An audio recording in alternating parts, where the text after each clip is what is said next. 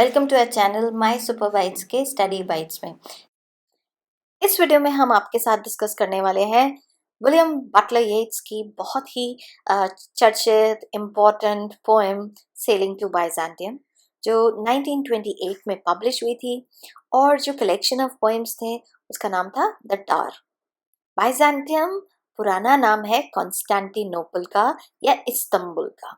Istanbul अभी Turkey की राजधानी है और पहले जो कॉन्स्टेंटिनोपल या इस्तंबुल था वो रोमन एम्पायर का कैपिटल था।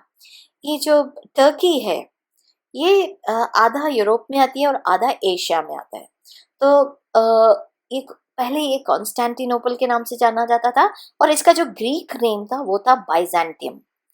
तो यहाँ पर जो येट्स हैं वो बाइजेंटियम नेम यूज कर रहे हैं क्योंकि क्रिश्चियंस भी उसको बाइजेंटियम के नाम से जानते थे। जब फॉल ऑफ रोमन एम्पायर हो गया था, यानी कि जब रोमन्स चले गए थे वहां से, देयर एम्पायर वाज नो मोर, वहां पे वो फिर राज नहीं कर रहे थे, तब वहां पर क्रिश्चियनिटी जो थी, मतलब क्रिश्चियन पीपल जो हैं वो उसको बाइजेंटियम पुकारते हैं। और जो कि एक सेंटर था राइट फ्रॉम रोम और ग्रीक और टर्की सब मिला के सबके कंट्रीब्यूशन से वो जो सिटी था वो फुल ऑफ कल्चर और विजडम था। यानी उसका जो हेरिटेज था, उसका जो कल्चर था वो दूर दूर तक प्रसिद्ध था। वहाँ ऐसे ऐसे लोग पैदा हुए थे, ऐसे ऐसे सेंट्स पैदा हुए थे जिन्होंने बहुत ज़्यादा इस दुनिया की नॉलेज और विजडम को कंट्रीब्यूट किया है। तो जो पोएट है वो इसी को लेके लिख रहे हैं कि अब क्या हो गया कि ही इज ओल्ड, मतलब उनको एक फ्रस्ट्रेशन हो रहा है अपने कंट्रीमैन को देखकर जो कि इंग्लैंड के लोग हैं। और वो बोल रहे हैं कि ये कंट्री तो इतना बर्बाद हो चुका है, यहाँ पूरी वैल्यू सिस्टम बदल गया है। तो देखिए फर्स्ट आंसर लेते हैं, that is no country for old men, the young in one another's arms, birds in the trees, those dying generations at their song, the salmon falls, the mackerel crowded seas, fish, flesh, or fowl, comment all summer long, whatever is begotten, born, and dies, caught in the sensual music all neglect, monuments of unaging intellect. Poet बहुत ही उदास है, एक तरह से लेमेंट कर रहे हैं, एक तरह से वो बता रहे हैं अंदर का जो दुख है उनका कि जहाँ वो रहते हैं इंग्लैंड, वो कंट्री बहुत ही चेंज हो चुका है। वो अब पुरानी चीज़ें, पुराने लोग, उनकी कोई रिस्पेक्ट नहीं करता है। यानी यहाँ ओल्डर लोगों के लिए तो जगह ही नहीं है क्योंकि जो यंग लोग हैं वो सेंशुअस प्लेजर्स में फंसे पड़े हैं इन वन अनदर्स आर्म, मतलब उनके तो बस यही फिजिकल प्लेजर्स जो होते हैं उसमें डूबे पड़े हैं। उनको कोई इंटरेस्ट ही नहीं है कि देखिए बर्ड्स जो हैं ट्रीज पे इतना सुंदर गा रही हैं, लेकिन ये तो जनरेशन्स जो हैं ये तो पूरे डेड हैं इन सब ब्यूटी के लिए। नेचुरल ब्यूटी को वो रिकग्नाइज ही नहीं कर पा रहे हैं, वो समझते ही नहीं है कि ये नेचुरल ब्यूटी जो है वो कितनी मनमोहक है। उनका तो ध्यान ही नहीं है, उनका तो ध्यान केवल फिजिकल प्लेजर्स पे है। The salmon falls, the mackerel crowded sea. अब देखिए इतने ब्यूटीफुल वाटर फॉल्स हैं, जो नेचुरल ब्यूटी वो समझ में नहीं आ रही है। Mackerel is a type of fish, तो फिश जैसे सी में रिप्रोडक्शन करके भर जाती है, यही फंक्शन अब यहाँ के यूथ का रह गया है। सेक्सुअल प्लेजर्स या सेंशुअस प्लेजर्स की बात हो रही है यहाँ पे कि चाहे वो फिश है, चाहे वो फ्लैश है, चाहे वो फाउल है। फिश हो गया पानी, देखिए फ्लैश हो गया पृथ्वी और फाउल हो गया एयर, आसमान। फिश पानी में रहती हैं और फ्लैश माने एनिमल्स जो कि पृथ्वी पे रहते हैं, और फाउल्स माने बर्ड्स जो आसमान में रहती हैं। यहाँ पे एलिट्रेशन भी है एफ एफ एफ, और ये बताया है कि तीनों जहानों में, चाहे वो समुद्र हो, चाहे वो पृथ्वी हो, चाहे वो आसमान है, सब जगह एक ही काम हो रहा है। पूरे समर लॉन्ग एक ही काम हो रहा है, यानी रिप्रोडक्शन। यानी कि अपनी जाति को बस बढ़ाया जा रहा है, आगे पीछे नहीं देखा जा रहा कि कितने सुंदर जहान में सब रहते हैं।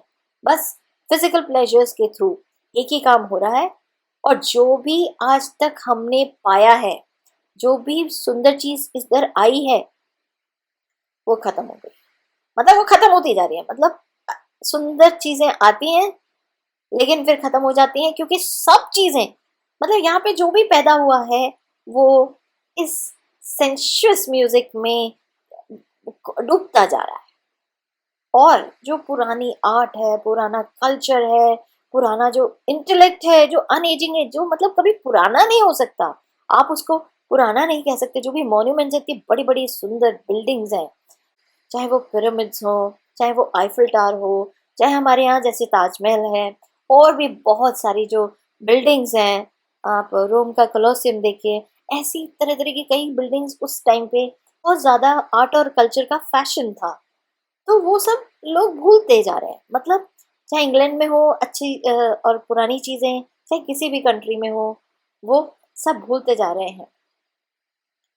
Next answer, an aged man is but a paltry thing, a tattered coat upon a stick, unless soul clap its hand and sing, the loudest sing, for every tatter in its mortal dress, nor is their singing school but studying, monuments of its own magnificence, and therefore I have sailed the seas and come to the holy city of Byzantium. Poet कहते हैं कि अब वो old हो चुके हैं। तो old आदमी क्या है?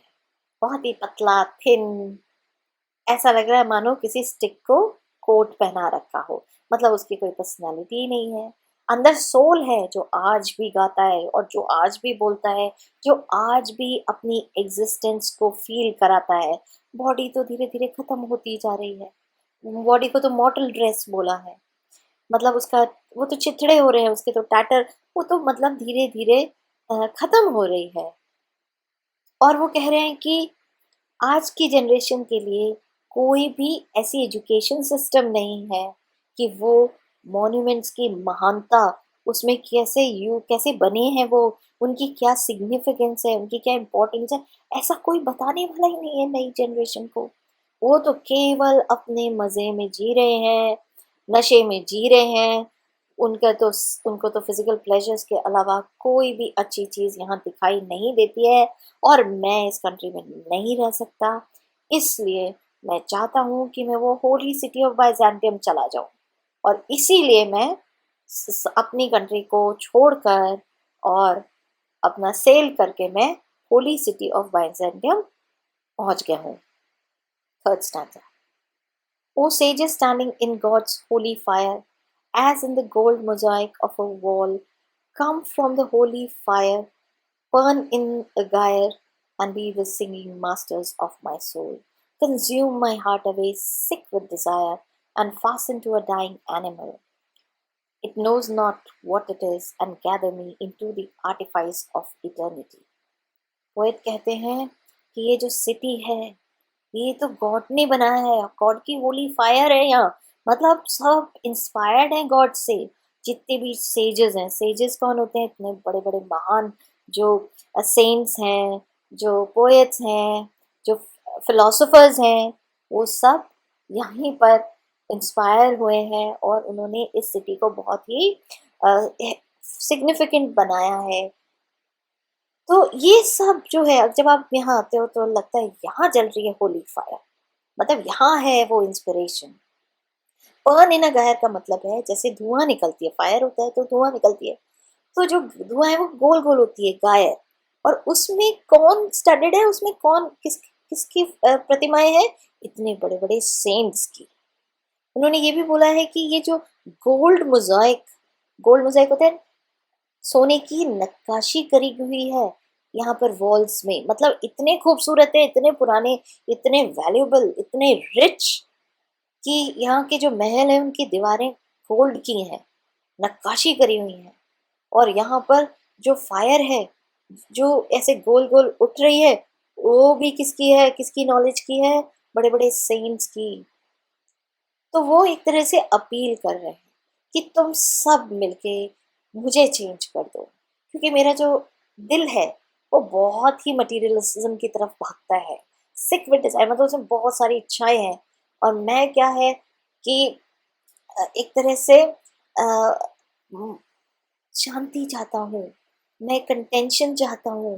मैं ये नहीं चाहता कि मेरे इतनी सारी डिजायर्स हो और मैं एक एनिमल की तरह अपनी डिजायर्स के पीछे भागते रहूं। क्योंकि देखो, जितनी ज्यादा डिजायर होती है, डिजायर्स हमें मौत की तरफ ले जाती है। तो अगर आपको इमॉर्टल बनना है तो आपको इन डिज़ायर से पीछा छुड़ाना पड़ेगा। तो वो कह रहे हैं कि मैं अभी यहीं लुप्त होना चाहता हूँ, इसी में डूबना चाहता हूँ, आर्ट और कल्चर में, डिज़ायर से बहुत दूर। तो इसलिए मुझे भी आर्ट के पीस में बदल दो, मुझे भी मतलब एक कुछ ऐसा बना दो आर्टिस्टिक पीस जिससे कि मैं इटर्नल हो जाऊं, हमेशा हमेशा के लिए आर्ट की तरह जीऊं। देखो यहाँ पर पोएट ने कॉन्ट्रास्ट ड्रॉ किया है कि जो आर्ट है वो इमॉर्टल है, यानी वो हमेशा हमेशा के लिए है, और जो लाइफ है वो मॉर्टल है, वो नश्वर है। आर्ट अमर है। जैसे आप देखो कि अभी तक इतनी पुरानी बिल्डिंग्स हैं, हम लोग कि इतने पुराने जो इक्विपमेंट्स हैं, कई चीज़ें हैं जो आज तक जी रही हैं। जैसे आपने पढ़ा कीट्स का ग्रेशियन अर्न, मैंने वो पोएम भी आपको बहुत अच्छे से समझाई है। तो वो जो अर्न है वो सदियों पुराना है, पर आज भी वो जिंदा है हमारे बीच में। ये जितने भी पोएट्स हैं, इन्होंने इतनी अच्छी पोएम्स लिखी कि वो अपने पोएम्स, जो आर्ट है उनकी पोइट्री लिखने की, उससे आज भी हमारे बीच में है, आज भी हम उनको पढ़ते हैं। तो यानी कि वो इटर्नल है। तो येट्स भी यही चाहते हैं कि वो भी इटर्नल हो जाए।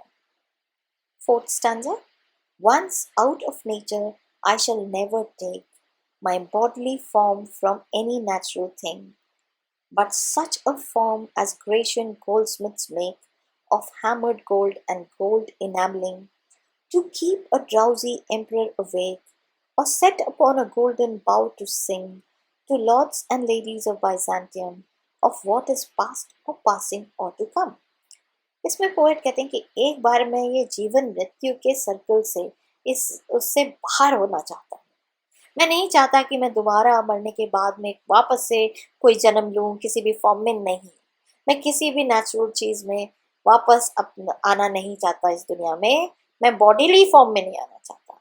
मैं तो ये चाहता हूँ कि ये जो ग्रेशियन गोल्डस्मिथ्स हैं, माने जो ग्रीक के जो सुनार लोग हैं, जो इतनी मेहनत और इतनी नक्काशी करते थे, वो गोल्ड को हैमर कर करके बीट करते हैं ना धीरे धीरे, और जो इनामलिंग करते हैं गोल्ड की, मतलब गोल्ड की परतें चढ़ाते हैं।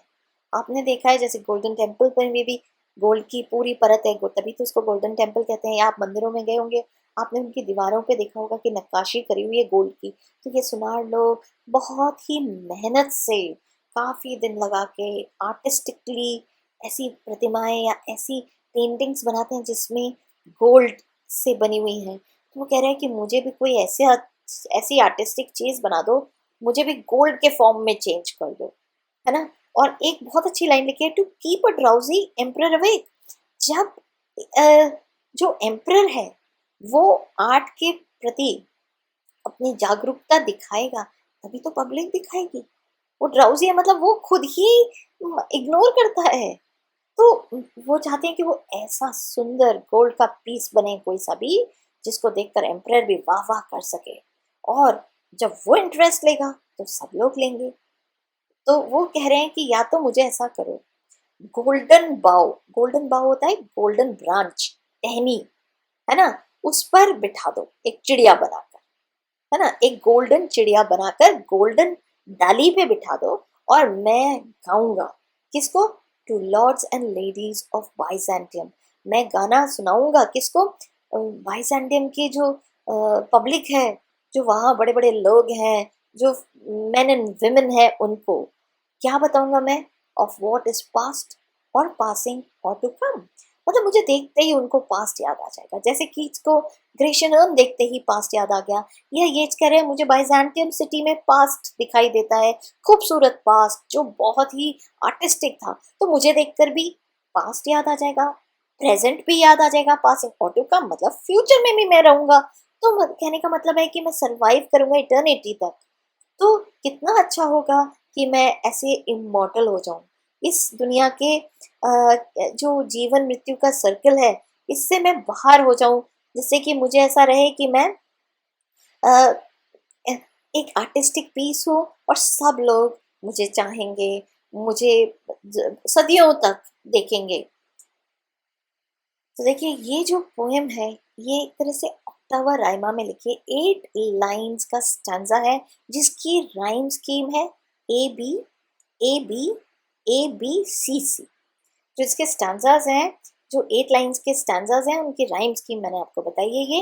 ये आयम्बिक पेंटामीटर में लिखा हुआ है। आयम्बिक पेंटामीटर मैंने पहले भी बताया हुआ है, जब unstressed syllable followed by stressed होता है और ऐसा 5 बार होता है, यानी कि उसमें 5 फीट होते हैं, इसलिए पेंटा बोलते हैं। और आयम्बिक इसलिए बोलते हैं क्योंकि अनस्ट्रेस्ड फॉलोड बाय स्ट्रेस्ड है। और ये एक स्पिरिचुअल वॉयज की बात हो रही है, मेटाफोरिकली हो रही है। ऐसा नहीं हो रहा कि वो खुद नाव में बैठ के बाइजेंटियम चले गए, नहीं, वो कहना चाह रहे हैं कि जो पुराना आर्ट और कल्चर है उसको भूलो मत, क्योंकि वो एवर लिविंग है, वो इटर्नल है।